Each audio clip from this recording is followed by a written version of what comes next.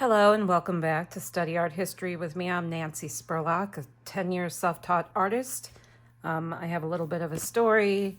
If you go to one of my oldest videos, How Art Saved My Life, you can watch how I had a dream for 5 nights that I was going to paint something and become an artist. Then I got diagnosed with breast cancer. Then I lost my technical writing job. So I became an artist. And ever since then, I've been studying everything I do, and I've painted murals on sides of hotels and canvases, and I've painted guitars and all kinds of things. So I always self-study. Now I'm using multiple books. Right now we're currently on Isms, Understanding Art by Stephen Little. I've been chasing it with Friends to Keep an Art in Life by Nicole Tersini. And this kind of gets a little blue every once in a while, so I have to skip pages because it gets raunchy. And so because of that, I'm going to start today with Art Is by the Metropolitan Museum of Art and go from there. As you can see, I do other forms of art as well. I use the dirty pour from paintings I do of rock stars, and I make jewelry out of those. And I'm starting to build my own website, Nancy Spurlock Art, that will hopefully be out soon, where you can purchase things like this and my art that I'm working on. So let's get started on isms. I had just started this book the other day, then the holiday came up, and so it got interrupted. We were talking about the Renaissance, and now as part of that, we're in the International Gothism, usually known as International Gothic. This was an elegant variant of Gothic art, which was current in Western Europe between circa 1375 and circa 1425. Both are characterized by their emphasis on decoration, pattern, and color. Fra Angelico, so artists known for that era are Fra Angelico, Jacopo di Arcioni, Gentile di Fabriano, Limburg brothers, Lorenzo Monaco, Giovanni de Grassi, Pisanella, and Giovanni del Ponte.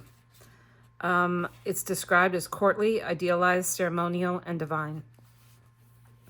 International Gothic developed from a more general Gothic style with which it shares certain similarities, lacking a coherent theory of perspective. Figures and objects in Gothic art are usually arranged for decorative effect rather than to give the impression that they inhabit real space. Interesting.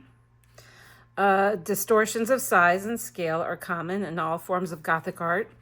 The most typical feature is the tendency to give the central figures, such as kings, queens, Christ, or the Virgin Mary, larger bodies than other less important figures. International Gothic developed alongside the Renaissance and included work by some early Renaissance artists such as Fra Angelico. It has been described as self-conscious and unfairly characterized as conservative and backward-looking in comparison to the art of the Renaissance. At its best, the International Gothic style combines decorative design, rich color, and poetic detail, often with lavish use of, gilding. Excuse me. Its subject matter is usually religious and tends to focus on heavenly splendor and the meeting of earthly and divine courts. Its secular subject matter was generally idealized and stereotypical, focusing on courtly activities such as hunting and the reading of illuminated books. So this is the Wilton diptych. Richard II presented to the Virgin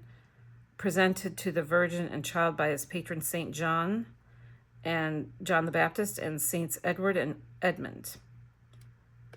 And then this is the, this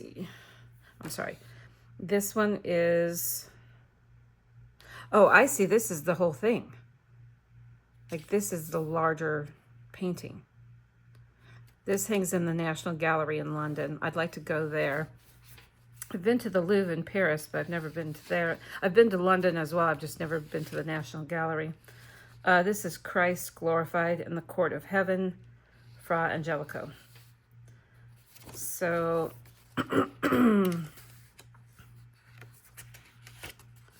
tomorrow we'll study classicism.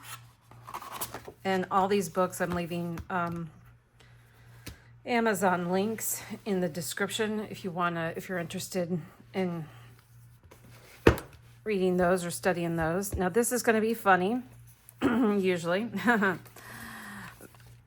Page 48, the art is going to be The Franklin Sisters by John Hopner, and it hangs at the National Gallery of Art. And then page 49, we're going to look at is Two Women in Day Dresses by Jules David, and that's going to be at the Metropolitan Museum of Art. So, what they do is they take classic pieces of art and they put funny, modern sayings.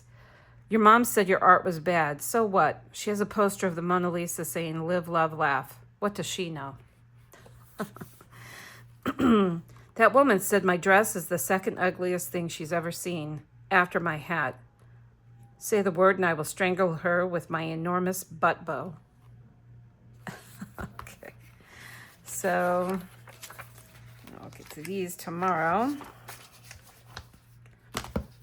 Now, art is, I think these are just real simple things that like art is, whatever. The Metropolitan Museum of Art. What is art? Is a question with no single answer. In fact, this book has nearly 200 responses. The answers presented in the following pages are simple observations and reactions to art. All are subjective reflections about what is seen and are open to discussion. Some of the responses given speak to technique, while others are descriptive or invoke emotion. A Michelangelo sketch is practice. A Vermeer painting is mastery. A Nigerian mask is symmetry. A Van Gogh still life is composition. A Babylonian lion is fierce. A Duccio portrait is tender. Reading across time and form, from ancient statues to medieval tapestries, the Baroque instruments to Impressionist paintings to contemporary costumes, the selected works of art represent the Metropolitan Museum of Art's vast collection, over 2 million objects in 17 curatorial departments. Detailed commentary, about the works can be found on the museum's website at www.metmuseum.org. Because there are no absolute answers, a single work could easily have 10 different answers. Though for brevity, only one was selected, readers are encouraged to observe, to think, to debate, and to develop their own definitions of art. So, art is practice. All right, this is studies for the Libyan Sibyl, Michelangelo Buonarroti. It's so easy just to say Michelangelo. Buonarroti, it's Italian, 1475 to 1564. This is done in red chalk. And Joseph Pulitzer purchased it in the 1920s. Art is mastery. This is Young Woman with a Water Pitcher by Johannes Vermeer. It's Dutch. He's the same guy that did The Girl with the Pearl Earring. This is oil on canvas, and it was purchased by for the Marquand collection, gift of Henry Marquand in 1889. Art is a story. The death of Socrates. This is a detail. This was painted by Jacques-Louis David French. It's oil on canvas, and the owner is with Catherine Loriland Wolfe Collection for the Wolfe Fund, purchased in 1931. Art is impression. Bridge over a pond of water lilies. Of course, this is recognizable. Claude Monet, it's French, 1840. Oil on canvas. Havemeyer Collection, bequest of Mrs. H.O. Havemeyer, 1929. And the last one for today we'll read is Art is Inventive. This is folio from the Book of Knowledge of Ingenious Mechanical Devices, Syria. It's done in ink, opaque watercolor, and gold on paper at the bequest of Cora Timken Burnett. And we'll get to that tomorrow. It's always a surprise. Surprise! Art is a surprise. So if you're interested in studying, go back and watch my other videos. If you're interested in owning any of these books or the cards or anything I've used before, because I've been studying using different materials, I will drop the link, Amazon links in the description, and check it out. All right, everybody, have a great night, a great day, whatever, wherever you are in the world, and make some art. You can keep checking back. I'll let you know when my website's up. Okay, bye.